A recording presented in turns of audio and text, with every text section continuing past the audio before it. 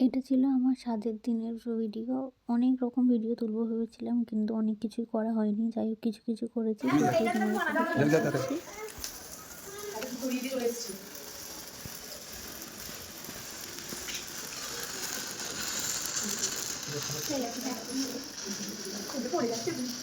এই যতক্ষণ আছে ততক্ষণ করে নাও।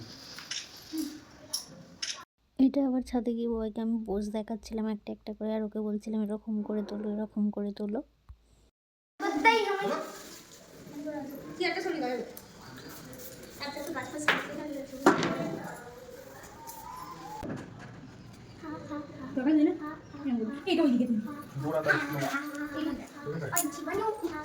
ছবি তোলার জন্য কি কাণ্ডটা না করছি তোমরা শুধু দেখো একবার।